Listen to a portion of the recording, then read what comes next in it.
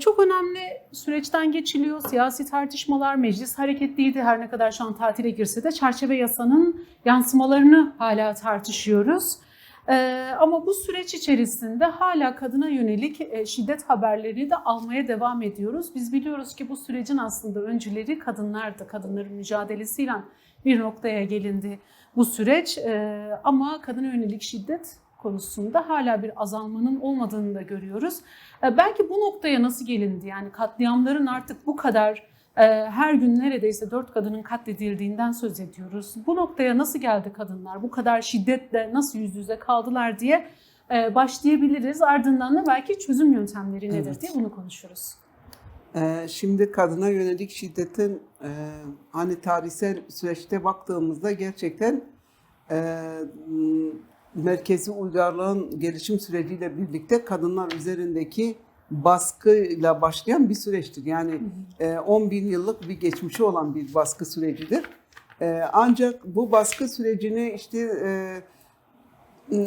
egemenler sürekli çeşitlendirerek, değiştirerek, yani kadını nasıl eve kapatırım, kadını toplumsal alanın dışında nasıl bırakırımın çalışmaları o kadar bilimsel yöntemlerle hazırlanmış ki mesela kadın sömürüldüğünün farkında değil. Yani diyelim ki işte erkeklerle aynı iş yerinde çalışıyor ama erkek daha farklı, daha fazla ücret alıyor, kadın bunu kabulleniyor. Kadın şiddete maruz kalıyor, kadın bunu kabulleniyor. Bunun temel sebebi 1900'lü yılların başından beridir toplumsal cinsiyet olguları olarak adlandırılan öğretilmiş davranışlar olduğunu söyleyebiliriz. Çünkü bugün kadın ve erkek gerçek anlamda bu halde olmamız bize öğretilen davranışlar. Yani biz doğarken böyle doğmadık. Erkek de bu haliyle doğmadı. Yani erkek de çok masum bir bebek olarak doğuyor. Kız çocuğu da masum olarak doğuyor ama yetiştirme tarzı erkeği aşırı erkeklik duygusuyla yetiştirirken kadını da pasif, edilgen, hiçbir şeye talebi olmayan, işte erkeğin yönlendirmesiyle hareket eden bir kadın tipi yaratılıyor ve kadınla erkek bu şekilde yaşamını sürdürüyor. Ne zaman ki kadınlar bu yaşama, bu sistemin onlara biçtiği davranışlara, yaklaşımlara itiraz etti, kadına yönelik şiddet o zaman başladı. Temel sebeplerinden bir tanesi budur.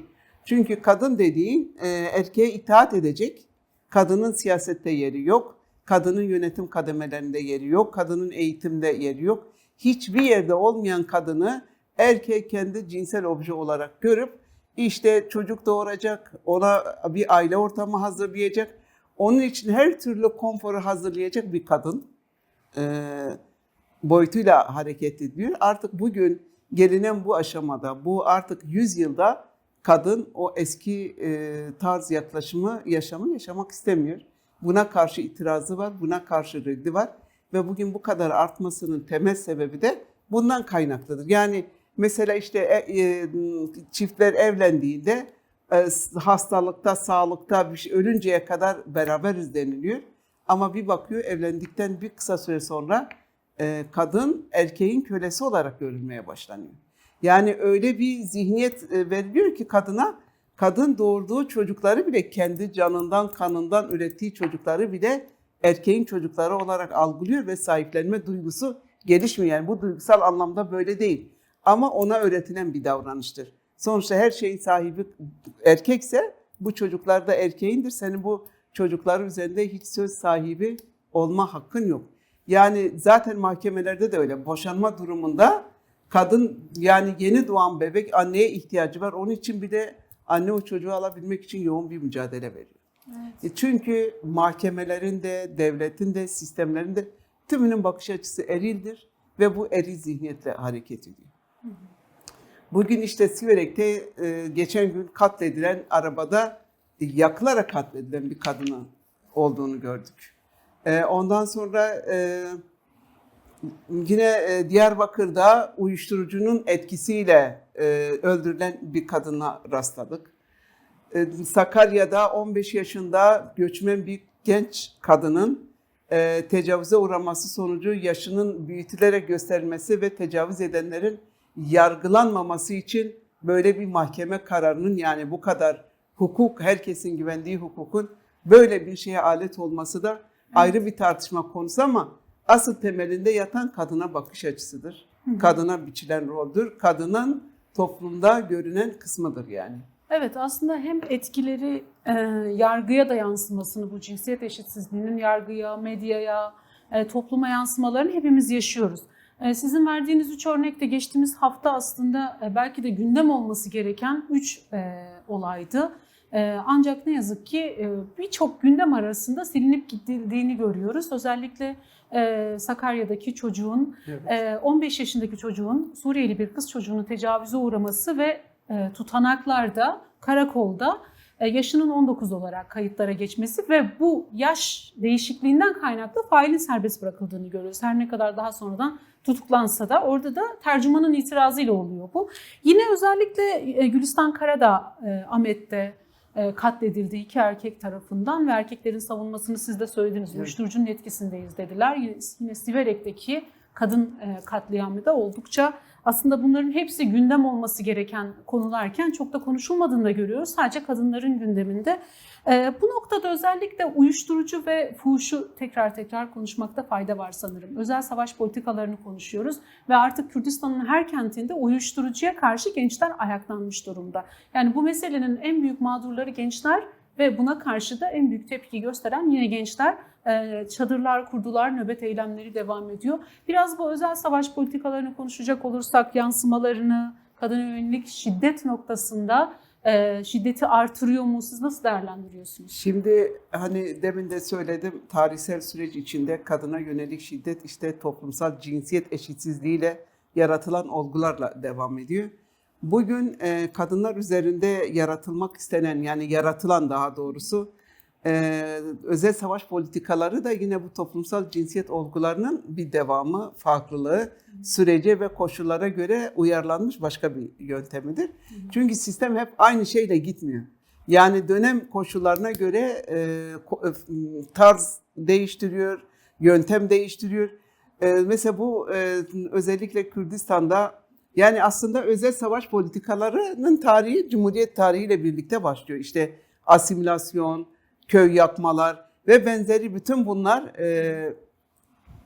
özel savaş politikaları iken günümüzde özellikle son 50 yıllık süreçte yoğun bir mücadelenin başlaması ve gençlerde ve özellikle kadınlardaki uyanışı etkisiz hale getirmek, gençleri toplumsal yaşamın dışına itmek, kendi halinde bir yani toplumla yakınlaşmayan birey yaratabilmenin tek koşulu gençleri uyuşturucuyla etkisiz hale getirmektir. Bugün gençlerin artık Şiar ve Platformu adı altında böylesi bir oluşma gitmesi ve buna dair faaliyetlerini yürütmesi, işte satanlara, gençlere buna bağımlılık yapmasına yol açan kişilere dönük geliştirdikleri eylemlikler de gerçekten artık bu uyuşturucu konusunda da hem ailelerin bundan çok rahatsız olduğu, hem gençlerin artık böyle bir yaşamı istemedikleri üzerinden bir mücadele yöntemidir. Yani bu özel savaş politikaları dediğim gibi zaman ve koşula göre sürekli kendini yenileyerek devam ediyor. Mesela bugün işte şu anda bir barış süreci var, bir çözüm süreci var, farklı şeyler konuşuluyor.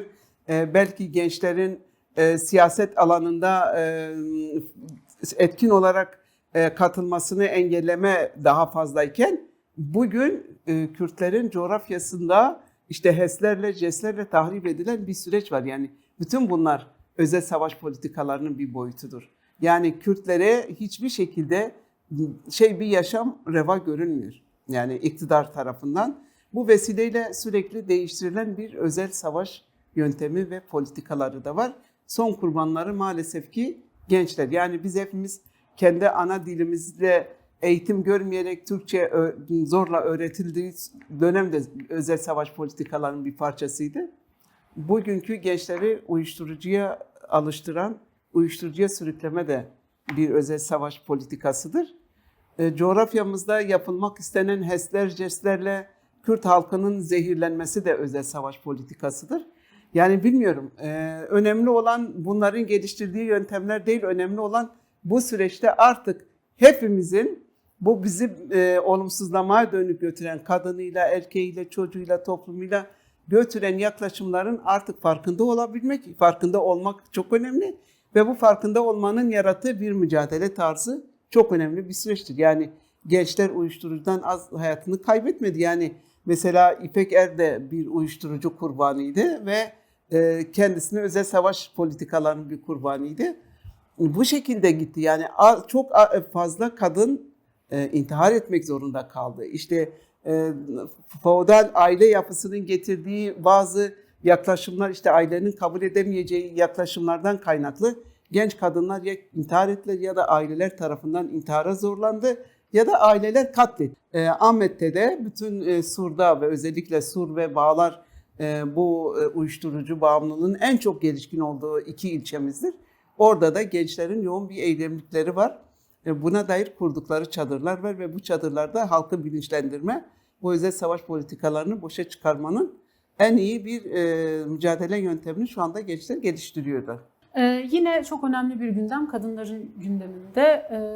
Bu süreçle birlikte olmasa bile işte yakın zamanda Adalet Bakanlığı tekrar faili meçhul bazı dosyaları masaya yatıracağını ve bu dosyaları çözmek için bir ekip kurduklarını açıkladılar. Şimdi dönüp baktığımızda aslında bazı çözülmeyen kadın dosyalarının da artık çözüldüğünü görüyoruz. İntihar olarak kapatılan kadın dosyalarının cinayet olduğunu, katliam olduğunu görüyoruz. Ve yıllarına baktığımızda çok da eski yıllar değil aslında, bundan 10 yıl öncesi. Yani o dönemin o zaman şunu söyleyebilir miyiz? Adalet mekanizması çalışmadı aslında ve şu anda aslında aynı tehlike söz konusu kadın dosyalarında, kadına yönelik şiddet dosyalarında.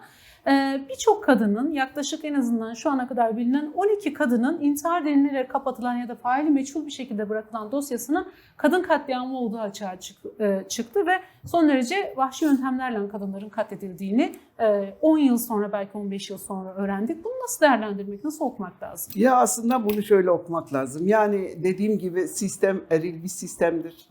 Erkekliği savunan, destekleyen bir sistemdir.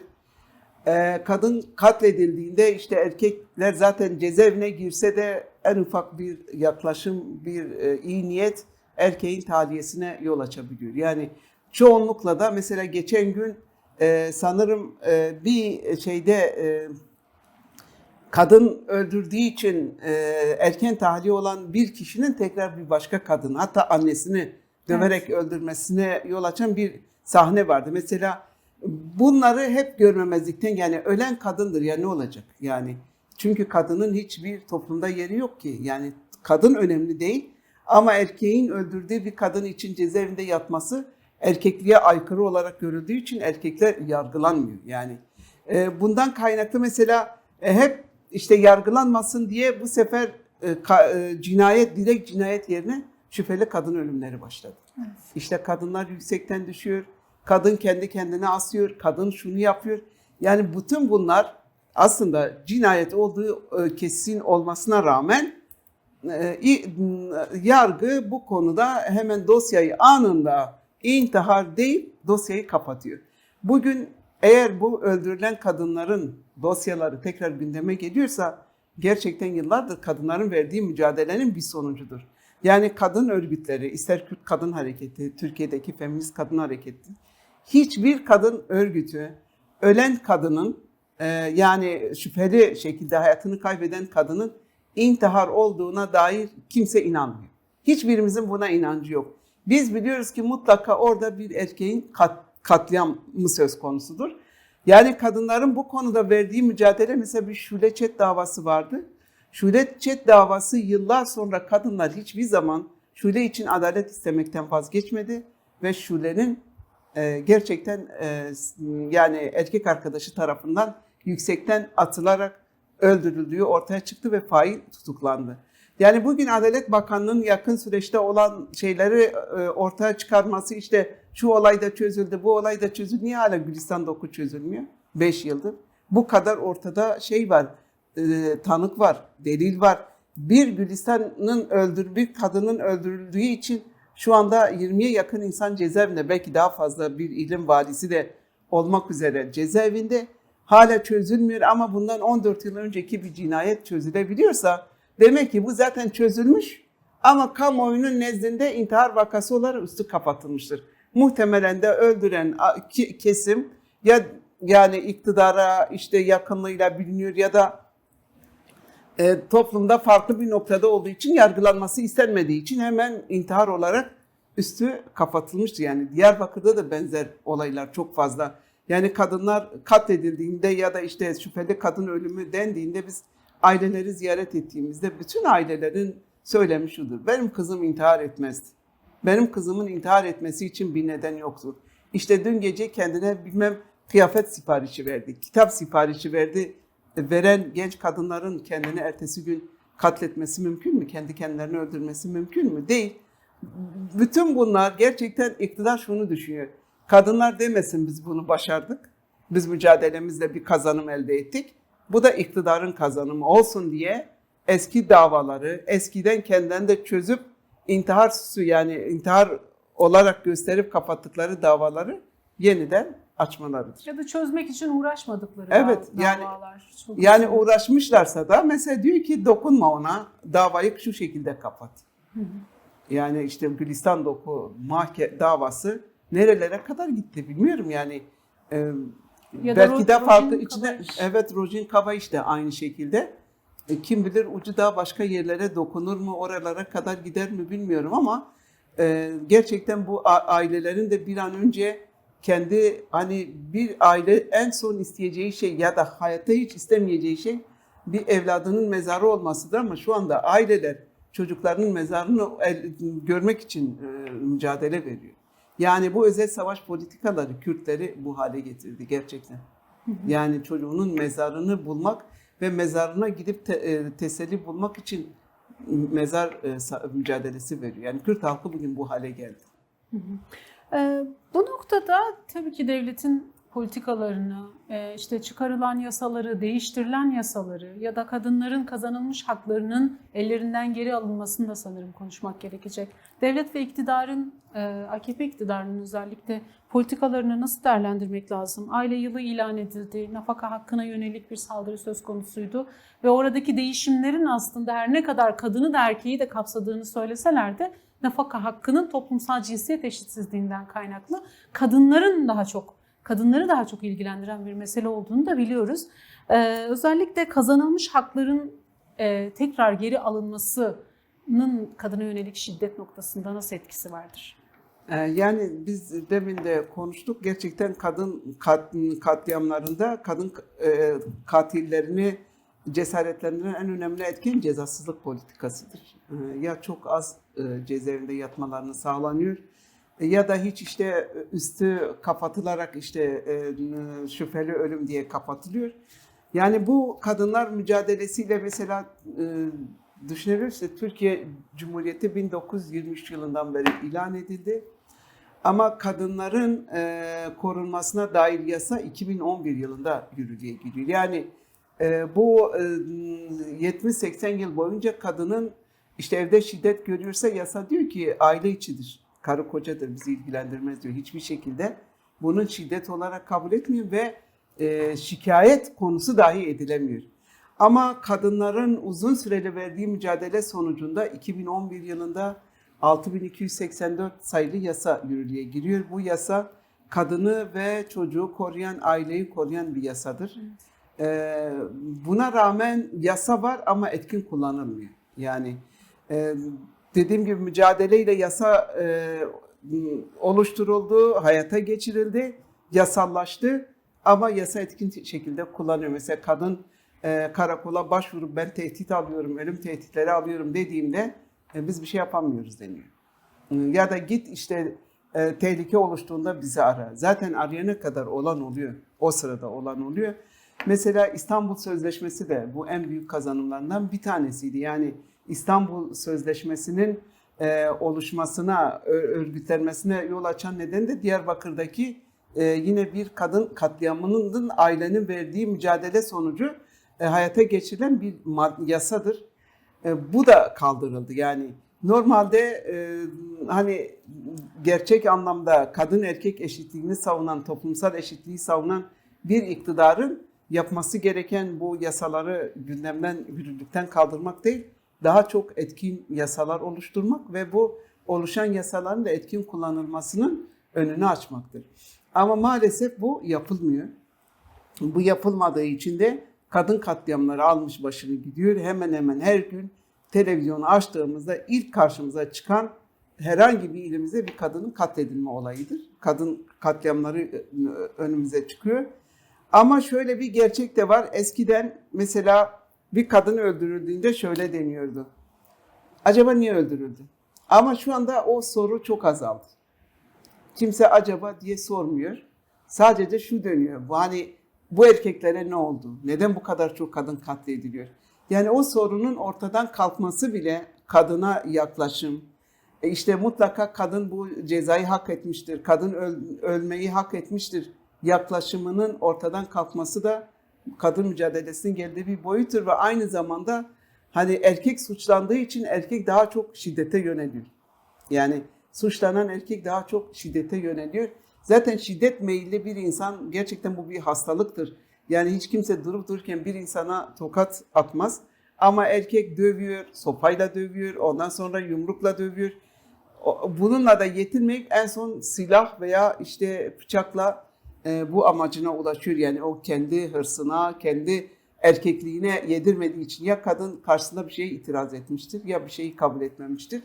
Ama bu o kadının ölmesi için bir gerekçe olabiliyor. Yani kısaca şunu söylemek gerekir. Bu kadın katliamlarını durdurmanın tek yolu gerçekten kadın mücadelesinin her gün daha çok artırılması ve bu talepleri istemekten vazgeçmemesi. Evet, yani şimdi programın başında da söyledik aslında. Yani sadece kadınların meselesi de değil. Yani böyle toplumsal bir sorunun sadece kadın örgütlerinin mücadelesine bırakmak, kadın örgütlerinin omzuna bırakmak ya da şiddet gören kadına sadece mücadele et, hakkını ara demek ne kadar doğru? Yani toplumsal bir sorun diyoruz bu kadına yönelik şiddet ve katliamları. Ancak çözümünde sadece kadınlardan bir sorumluluk beklemek ne kadar doğru? Ya da bu noktada aslında toplumsal bir çıkış yapmak gerçekten sorunun önüne geçer mi? Yani ben bu sorunu kadın nasıl ki ezildiğini fark etti, sömürüldüğünü fark etti, buna karşı direndi, örgütlendi. Bugün erkek de şunu sorgulayabilmeli. Ya ben niye, hani ben de insanım, karşımdaki kadın da insan. Beni bu kadını şiddet uygulamaya, bunu öldürmeye iten etken nedir? Ben niye bu kadar şiddet eğilimliyim gibi yaklaşımları da kendinde sorgulaması gerekir. Yani erkeğin de değişim dönüşüm olmak zorunda. Yani nasıl ki bugün kadını koruyan yasaların oluşması gerektiğini söylüyorsak, evet yani bu erkekliği de sorgulayan etkenlerin olması gerekir. Artık bu mesela ilkokulda biz hepimiz gördük işte bir aile ortamı var ders kitaplarında. Aile ortamı var. Aile ortamında baba ayak üstünde gazete okur, televizyon seyreder ama anne habire çocuklarla ilgileniyor, ev temizliyor, yemek yapıyor, şunu bunu yapıyor. Bu nasıl öğretildiyse bunun sistemsel olarak değişmesi ve küçüklükten artık o eşitliği, yani eşitsizliği ortadan kaldıran, eşitliği sağlayacak, zihniyetleri dönüşümünü sağlayacak bir sistemin oluşması gerekiyor. Yoksa bu kendiliğinden böyle olmuyor. Mesela bazen erkekler şunu söylüyor. Diyor ki tamam da diyor biz binlerce yıldır, 10.000 yıldır diyor biz bu erkeklikle yaşamışız. Bizim bundan kurtulmamız kolay değil diyor. Tamam da diyorum kurtulmak için bir çaba var mı? Çaba yoksa kendiliğinden bu olmaz yani. Bunun ortadan kalkmasının yolu kadınlar kadar erkeklerin de kendi bu yönleriyle mücadele etmesi gerekiyor. Bu erkekliği bu kadar yani sokakta yani artık bu erkeklik algısı o kadar pohpohlanmış ki sokakta da şiddet sokağa da taşıdı. Yani toplumda bir bütünen bir şiddet sarmalı var. Yani kadın katlediliyor ama bir bütünen bu zihniyet sokaklara da yansıyor ve sokaklarda da kavgaya ve şiddete dönüşebiliyor.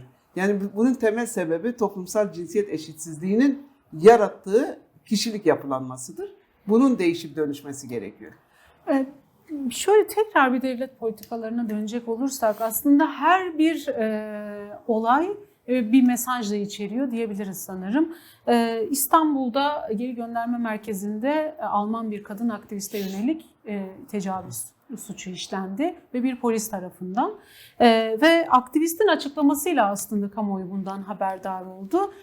Kendisi de Rojava halkıyla dayanışmak için aslında Türkiye'ye gelmişti ve gözaltına alındı. Geri gönderme merkezinde de cinsel saldırıya uğradı.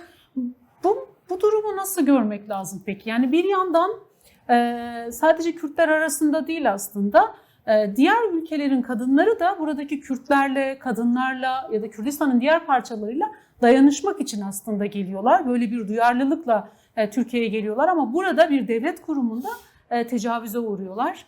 Nasıl değerlendirmek lazım? Yani bunu şöyle değerlendirmek lazım. Yıllardır sistemin Kürt sorununa yaklaşımdaki inkar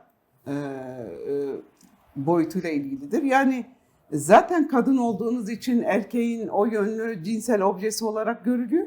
Yani erkek bunu o kadar kendine hak görüyor ki o anda o kadının neler yaşadığını bile tahmin etmiyor.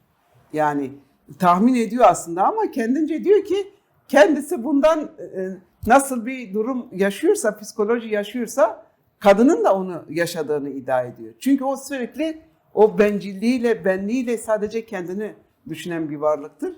Zaten kadın olarak objesiniz ama bir de Kürt ya da Kürt dostluğu varsa ortada bunun cezası, evet, bu bir ırkçılıktır. Bu bir faşizmdir.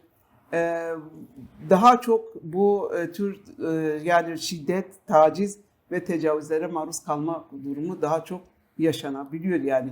Mesela bir Alman kadının burada işte bir Kürt halkıyla yıllardır mücadele eden, varlık mücadelesi veren Kürt halkıyla olan dayanışmasının cezası bu olmamalı. Yani bu sadece hiç kimse için olmamalı ama bu şudur, hala algı şudur. Kürt budur. Bizim Kürt'e yaklaşımımız budur. Dayanışırsanız evet, da. Dayanışırsanız hepiniz Kürtlerle aynı seviyede size yaklaşırız. Yani yaklaşım budur. Kürt artı kadınlık olunca zaten hiçbir değeri, vasfı yok onlar için. Böyle. Evet. Şimdi yeni bir süreci konuşuyoruz. Tabii Evet. çerçeve yasanın yansımaları nasıl olacak, eksiklikleriyle tartışılıyor hala. Geri dönüşler olacak Avrupa'dan. Bu noktada belki biraz da kadınların durduğu yer de sanırım çok önemli. Özellikle kadın örgütleri bu yeni süreçte nasıl bir yol izleyecek, nasıl bir mücadele verecekler? Yani tabii ki yine sürecin bütün sorumluluğu onların omuzunda olmayacak ama kadınların öncü rolünü de göz önünde bulundurarak bunu sormak istiyorum. Nasıl bir mücadele yöntemi yönlerinde var? Yani bugün gerçekten böyle bir yasanın çıkmış olması bütün eksiklerine rağmen olumlu olarak değerlendirmek gerekiyor. Çünkü yıllardır inkar edilen bir halk bugün o halkın verdiği mücadele sonunda kendi özgürlük mücadelesinin bugün Türkiye'de mecliste konuşuluyor ve görüşülüyor olması. Bu çok önemli bir şeydir. Zaten Kürt sorunu hani yoktu. Ne Kürt vardı ne de Kürt sorunu diye bir şey vardı. Ama bugün mecliste Kürtlerin tabii 50 yıllık mücadelesinin geldiği aşamadır. Bugün Kürt varlığı, Kürt özgürlüğü, Kürt sorunu konuşulması bir mücadelenin sonucudur. Yani bu kendiliğinden olan bir şey değil. Ama bu da bir gerçek ki bu mücadelenin içinde bir bütün Kürt halkı yer aldı. Yaşlısıyla, genciyle herkes yer aldı. Ama demin de söylediğim gibi kadınlık ve Kürtlüğün söz konusu olduğu yerde her türlü olumsuz şey yaşama durumundasınız. Tecavüze de uğrarsınız, işkence de görürsünüz, bedeniniz de sokaklarda teşhir edilir. İşte bütün bunlar yaşanırken bu mücadelede en çok kadınlar yer aldı. Yani bunun mücadelenin her yanında, yani gerek şeyde işte yasal siyasetin içinde de kadın ağırlığı çok fazlaydı. Kırsal alanda da kadınların katılımı çok fazlaydı. Bu katılımın temel sebebi gerçekten yaşanılan zorluklara karşı bir mücadele hedefiyle insanlar mücadele etti. Bugün bu aşamaya gelmesinde kadın mücadelesinin önemi çok fazladır. Evet şey diyor yani çerçeve yasa deniliyor. Mesela işte Sayın Öcalan kök yasa diyor. Çünkü bunun evet kök şudur. Hani bir bütünen Kürt sorununun varlığı kabul edildi, tartışılıyor, çözülecek.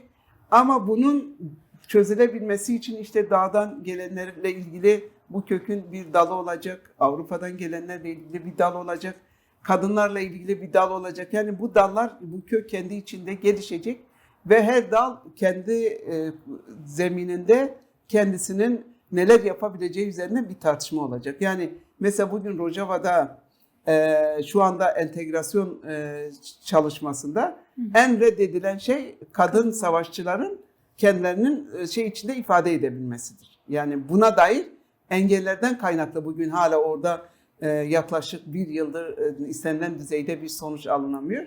Bugün eminim ki burada da benzer bir sorun yaşanacak. Yani Kürt kadınının geldiği mücadele boyutuyla kadının özgürlük mücadelesi var, toplumsal mücadelesi var. Kadının siyaset alanında yer alma mücadelesi var. Kadının eğitimden mahrum bırakılma durumu söz konusu. Yani bütün bunların o dediğimiz kök yasadan çıkacak bir dal üzerinden, başlı başına bir dal üzerinden yeşermesi gerekiyor. Bu da Kürt kadının geldiği aşamadır. Yani yaklaşık 2 yıldır süreç konuşuluyor, yeni bir süreçten bahsediliyor. Siz de biliyorsunuz, biz de gördük ki bütün bu süreçlerde hep ya kadınlar eylem yaptı ya kadın öncülüğünde karma eylemler yapıldı ve bir bütün hepsi kadın öncülüğünde gelişti. Kadın öncülüğünde geliştikten sonra bu kadar mücadele verip de gidip evde kadın oturmaz yani. Hiçbir kadın ben bu kadar mücadele verdim, özgürlük mücadelesi veriyorum ama bugün işte bu aile yılı meselesi de var. Vallahi tamam işte sorun çözüldü artık belki hani tabii Kürt sorunun çözümü alanı çok geniştir. Yani bunun ana dil ve eğitim sorunu var, özgürleşme sorunu var. Çok çok farklı sorunları vardır. Yani kadın da kendi özgürlüğü için mücadele etmiş. İşte vallahi git evinde otur. Artık mutfakta tekrar mutfağa git. Kimse böyle bir şey önerme hakkı dahi yok.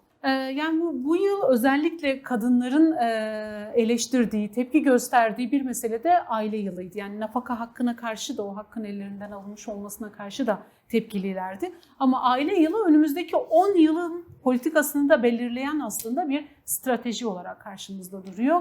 Aile yılının yansımalarını görüyoruz. Belki bundan sonraki süreçte önümüzdeki yıllarda çok daha fazla kadınlar bu politikanın yansımalarını hissedecek. Siz nasıl değerlendiriyorsunuz? Aile yılı ile devlet amacına nasıl ulaşmayı amaçlıyor? Yani aile yılı zaten aile devletin en büyük yardımcısı olan bir kurumdur. Yani devletten sonraki belki bir küçük birimidir.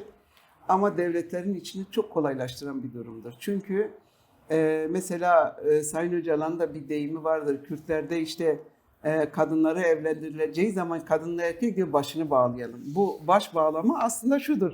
Yani eve kapatalım anlamında. Yani kadın artık dışarı çıkmasın, bütün hayatı eşi, ailesi ve çocukları olsun. Yani böyle bir algı var ve bu aile bu nedenle bütün sistemler aileyi kutsar ve ailenin böyle kendi koşullarında yaşaması şeyini devam etmesi için aileyi bir şey olarak tutarlar. Yani şimdi bu söylediklerimizden bir aile karşıtlığı çıkmasın. Yani zaten toplum ailesiz olmaz. Aile olmak zorunda ama bizim karşı çıktığımız aile gerçekten erkek otoritesi altında kadını ve çocuğu ezen bir aile yaklaşımıdır. Yoksa hiçbir toplum, hiçbir şey ailesiz ya da toplum bir arada olmadan yaşam şansı yoktur.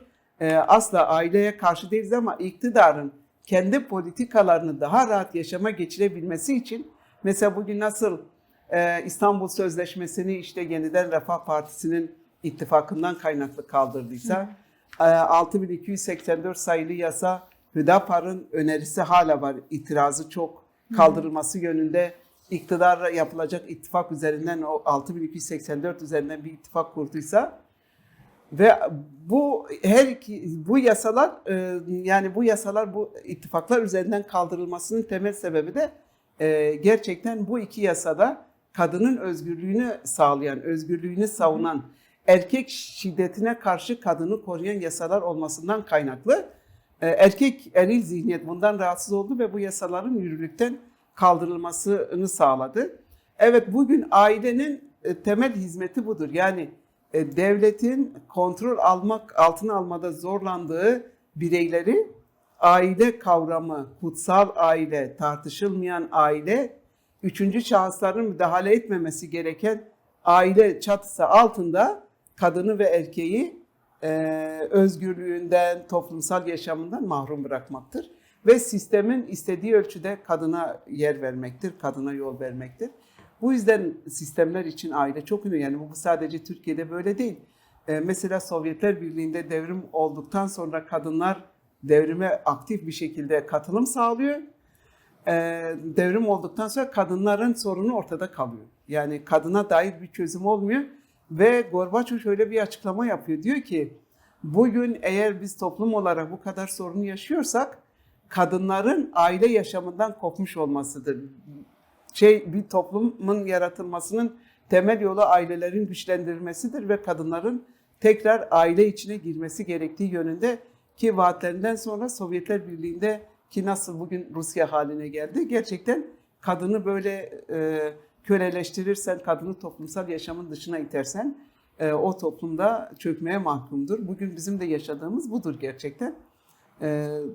O açıdan aile yılını böyle işte önce aile yılı dedi, sonra baktı aile yılı bir yıl yetmiyor. Ailenin 10 yılı dedi. Nüfus çünkü ve aile evet 10 yılı. yani bunu bir de kadınlar işte kaç çocuk yapacak? Hangi yaşta evlenecek? Yani mesela düşün iktidar eğitim yaşını çok küçüğe yani daha küçük yaşa indirdi. Evlilik yaşında da öyle işte evlenene bu kadar para, birinci çocuğa bu kadar, ikinci çocuğa bu kadar. Yani bu verilen paralar da gerçekten bugünümüz koşullarında bir aylık geçim parasıdır ama insanları bu para karşılığında evliliğe özendirme ve aile konumunu yaratma çabası çok fazladır. Dediğim gibi insanları iktidara karşı mücadele etmeyi engelleyen en önemli etken aile kurumu olduğu için aileyi bu kadar dört elle sarılan iktidarlarla karşılaşıyoruz. Bugün dediğim gibi sadece Türkiye'de değil, dünyanın her yerinde aile sistemlerinin en büyük yardımcı kurumudur. Yani böyle bir tehlikeye karşı peki kadın örgütleri, hem Kürdistan'daki kadın örgütleri hem de feminist kadınların nasıl bir ortak mücadele yürütmesi gerekiyor? Yani bu mesele böyle sadece işte aile yılı ilan ettikle sınırlı kalmayacağını biliyoruz. Çünkü politikalar alttan alta da işleniyor. İşte siz de söylediniz, özellikle evliliğe özendiriliyor gençler ama bir ekonomi sorunu çözülmeden evlenen çiftlerin mesela nasıl yaşayacaklarına dair henüz bir politika yok. Nasıl bir mücadele yürütülmeli peki? Yani aileye karşı bir politikanızın olmadığını siz vurguluyorsunuz. Demokratik olmayan bir aile vurgusuna da sanırım ihtiyacımız var. Yani kadınlar o aile içerisinde katlediliyorsa eğer bu ailenin mesela topluma nasıl bir faydası olacak? Yani topluma faydası olmayacağı kesin ama eğer demokratik bir aile olursa, hani kadın ve erkeğin ortak birlikte karar aldığı o ailenin sorunlarının ortak çözüldüğü bir aile yapısında çocuklar da huzurlu büyür. Yani böyle çocukların da işte uyuşturucu yani bugün aileler hem ekonomiyle mücadele ediyor hem böyle sevgisiz işte aile zoruyla evlendirmeler çok söz konusu. Yani evet o iki kişi bir araya geliyor bir aile oluşuyor ama o ailenin nasıl oluştuğu içindeki çalkantıları kimse görmüyor. İşte bugün toplumda bu kadar olumsuz gençlik dediğimiz yaklaşımlar aile içindeki o olumsuz yaklaşımların çocuk psikolojisine yansımasıdır. Yani çünkü çocuklar böyle kargaşanın olduğu bir ortamda yetişen çocuklar kendinden yani özgüvenden yoksun çocuklar olur. Bu nedenle eğer demokratik bir aile olursa o çocuğun da özgüvenle yetiştirir. Çocuğun varlığını kendisine hissettirilir. Yani biz hepimiz büyürken mesela anne babamızın işte gelir sokakta oynar gelir yatardık. Yani ailenin sevgisini bile yaşamadan yetiştik. Ama eğer o çerçevesi içinde, demokratik aile yapısı içinde birbiriyle barışık, birbiriyle anlaşabileceğine inandığı insanların birlikteliğinden oluşacak bir aile yapısının daha sağlıklı bir toplumsal yapı oluşturacağına inanıyorum. Evet. Programımızın sonuna giderken ben son mesajınızı da almak isterim. Hem çerçeve yasa geçti. Özellikle meclis açıldıktan sonra belki yeni tartışmalar olacak ama uzun bir süredir aslında Kürt halkı, Kürt kamuoyu bu sürece yeni inşaya kendini hazırlıyordu. Ve özellikle de kadınlar tabii ki, yani yeni süreçte özellikle bu toplumsal krizlerin bir daha yaşanmaması için ya da ekonomik krizlerin biraz daha aza indirgenmesi için kadınların ve Kürt kamuoyunun çalışmaları var, bir mücadelesi söz konusu. Hem süreç kapsamında yanıtlamanızı isterim bu soruyu, hem de kadınlar açısından son mesajınız nedir? Yani gerçekten süreç kapsamında barışa doğru gitme düşüncesi bile insanı heyecanlandırıyor. İşte bu ülkeye cenazelerin gelmemiş olması, insanların cezaevlerine girmemesi, işte cezaevi ya da baskılar nedeniyle mülteci hayatının ortadan kalkmasını da sağlayacak bir durumdur. Bütün bunlar çok önemli. Bunun için dediğim gibi baştan beri bir mücadele var ve kadınların sadece mesela o daha önceki çatışmalı ortamdaki mücadele yöntemi vardı. Bizim burada şimdi oturup önümüze bu sürece dönük hangi tarz mücadele vermek gerekiyor? Yani çünkü bir çatışmalı ortamın, savaş ortamının yarattığı bir mücadele yöntemi tarzı vardı. Ama bugünkü mücadele, hani mücadeleden hiçbir zaman vazgeçmemek kaydıyla barış ortamlarında kadınların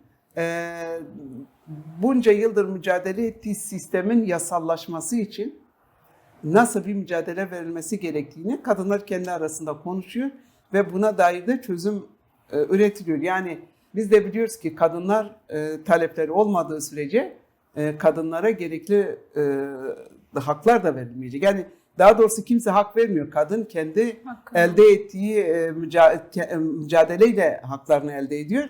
Bu hakların elden alınmaması ve yeni hakları elde etmek için kadınların var gücüyle, ama Türkiye'deki kadın cephesiyle, feminist kadınlarla ortak mücadelesi önemli. Yani bugün evet biz Kürdistan dedik, özel savaş politikaları dedik ama 50 yıldır süren çatışma ortamının Türkiye'nin batısında da çok büyük bir krizlere yol açtığını biliyoruz. Bugün uyuşturucu bağımlılığı Türkiye tarafında da çok fazla var. Orada da gençler uyuşturucuyla boğuşuyor. Yani bu bir bütün Türkiye sorunu olarak görüp bu şekilde yeni bir mücadele yöntemi oluşturmak gerektiğine inanıyorum. Kadınların başaracağına da inanıyorum. Peki, çok teşekkür ederim Suzan İşbilen değerlendirmeleriniz için.